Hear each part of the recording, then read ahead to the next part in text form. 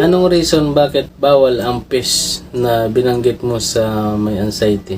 Bali sa experience ko po yun kasi pag kumain ako, mga fish na nabanggit ko doon yung mga alumahan, balo, tamban, basta mga matinik na madugo. Kasi pag inisip ko pag kinain ko, lalo akong may mga sintomas talaga akong nararamdaman kaya binabawal ko talaga yung pagkain nun. Iniiwasan ko muna. Pero ngayon, kain po ako ng kain nun. Yun ang masarap na isda. Paborito ko kasi yan. Lalo na yung tamban ng sariwa. Ihawin yan. Masarap. Balo, kinilaw minsan.